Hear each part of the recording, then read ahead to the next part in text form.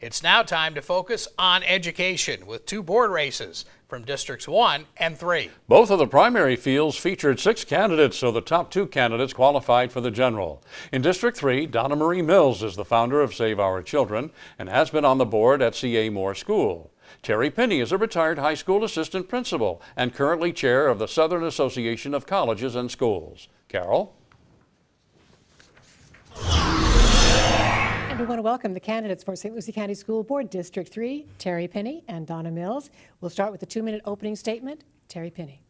Thank you very much for this opportunity. Like so many of you, I care about the way we are educating our children in St. Lucie County and the direction we're taking. Are we meeting both the struggling student on one end and we're also serving the gifted child on the other? Have we made decisions to assure that what is needed in the classroom is indeed supported? I believe in a quality school system that is headed by a quality school board. This attracts people to our community.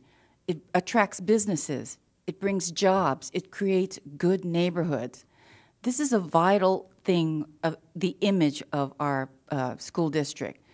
My background is in business and education. I have an MBA, but I've also had extensive study in education. I'm certified by the Florida Department of Education in education leadership. I've not only been a classroom teacher with real classroom experience, but I've been a school administrator and assistant principal. I know how to build curriculums. I've worked on school budgets. I deal with complex disciplined student issues. I've worked with many parents and their concerns. I'm a very active person in the community. I'm a board member of CASTLE. We are a child abuse prevention organization. I'm also a board member of Samaritan School for Boys. It's a Christian residential academic facility, and we help troubled boys between the ages of 6 and 12. I lead accreditation teams in South Florida, so I'm very familiar with the quality indicators for schools. I look forward to bringing these experiences to the school board and also being responsive to you, the people of St. Lucie County. Okay, thank you. Opening statement, Donna Mills. Hi, my name is Donna Mills, and I'm running for office of St. Lucie County School Board District 3. I'd like to thank Ms. Carroll and also the League of Women Voters for giving me the opportunity to be a part of this forum. I have a PhD in the philosophy of Christian psychology and have been married for 30 years and have lived in this community for 27 of those years. My husband's 11 siblings, our 4 children, and my grandson who just started kindergarten and myself are all products of the St. Lucie County Schools. I am dedicated to this community. I have been so for over 26 years. I have a proven track record of as a community activist, a child advocate, and an educator for the city's youth and families. I also have a proven track record of collaborating.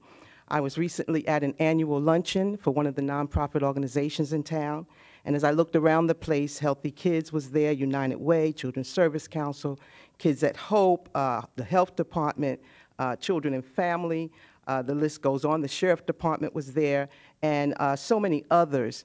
And I looked around that room, and I realized that I've collaborated with every last one of those organizations throughout the years. I am a people person. I have the education background. I have educated youth in this community and have turned lives completely around. I am a founder of 3 organizations, all work directly with children in St. Lucie County with their academics, after-school programs, as well as preschool organizations.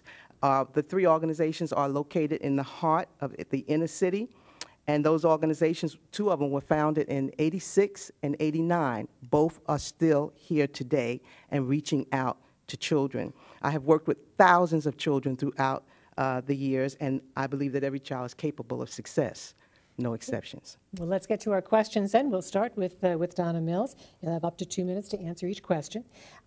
Several studies tell us that the United States ranks low in reading, mathematics, and science proficiency compared to other countries. So what can be done here in St. Lucie County to improve the standing of our students in these areas? Well, I have worked several of those years that I mentioned that I've been here as an advocate with preschoolers. And I believe studies have shown, not just studies, but my own experiences over and over again, that we have to reach young people early. We have to build very strong foundations. We have to dig deep. We have to be able to get them at that age. And because studies show that 90% of the brain is being developed then, and the children are like sponges from the day that they're born, even before, studies have shown. As I mentioned before, my degree is in, my PhD is in the philosophy of Christian psychology, but my bachelor's is in psychology. So I use a lot of research background in dealing with children. I've been very successful, extreme success in producing children who do have no problems when they enter into the school system through our preschool program. That's one way. I also think that we need to develop programs for the older children and the children that are already here. After-school programs are extremely important. Programs in the community, summertime programs that we can help stimulate the minds, and help those children after school as well. We need to be a community that believes in the proverbs, it takes a whole village to raise a child. Okay, Ms. Pinney, same question. What can be done to raise the standing of our students in reading, mathematics, and science? I'm familiar with the study I think that you were referring to. It came out in 2000. It was an international study where they compared industrialized countries with the United States, and we ranked 16th. And right away, our politicians didn't like that. How can we, the United States of America, rank 16th in reading and science and mathematics? So the No Child Left Behind legislation was born. And the different states took it to a certain degree. In Florida, we took it to the degree of the development of FCAT. And FCAT is a wonderful assessment. It helps us measure the learning gains that students have in reading, science, mathematics, and writing. But what we've done is we've taken it a step further. We've used the results of the FCAT to place label grades on schools and on districts, and it's sort of punitive in that sense. So yes, it's important that our students are adequately prepared to compete globally with everyone else in the other countries, but I've visited other countries. I've actually had the honor to go into classrooms and see what it's like for a classroom in Switzerland.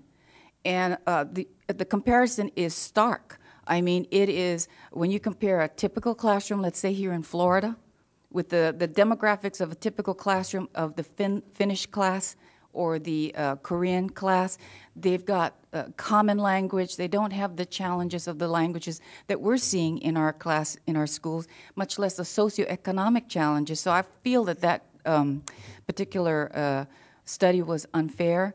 But that's the way it is. We are concerned about where we're standing in our ranking, and today in education we're pushing, and we have to face that. That's the way it's going to be, so we need to make sure that the test scores, especially in Florida, that the students are showing improvement, and I stand behind that. Okay, next question. We'll start with Ms. Pinney. Explain how schools in our district get a letter grade, and what would you do to improve St. Lucie County's grade? Well, thank you. Yes, I alluded to that in the earlier question. We do take a number of things. We look at factors in subgroups of students. In other words, students who have English as a second language. I think it's called English language learners now. They change the terms all the time in education. We look at students with learning disabilities. We also look at students of poverty. We're measured based on the learning gains in those areas. If we show that there are learning gains, then more than likely that, in addition to other things, now lately they're looking at graduation rates and dropout rates, we get a letter grade on that. Is this fair? I don't think so. I think it stigmatizes particular neighborhoods who have children who live in the neighborhood that don't have language problems. I think it's unfair that when I visit other states and I tell them and I talk to teachers and I ask them, what grade is your school? They don't know what I'm talking about. So it's something that's exclusive to Florida, and but on the board, you have to be very much aware of this because that's how we get our funding. And so we need to focus the target areas of the 3 subgroups I was telling you about, see how much we can help those children in high-risk socioeconomic areas, the children who English is their second language, and give them the tutoring that they need and train our teachers accordingly so that they can meet the students, so that the students can go ahead and perform and show learning gains, so our grades can be A or B. You know.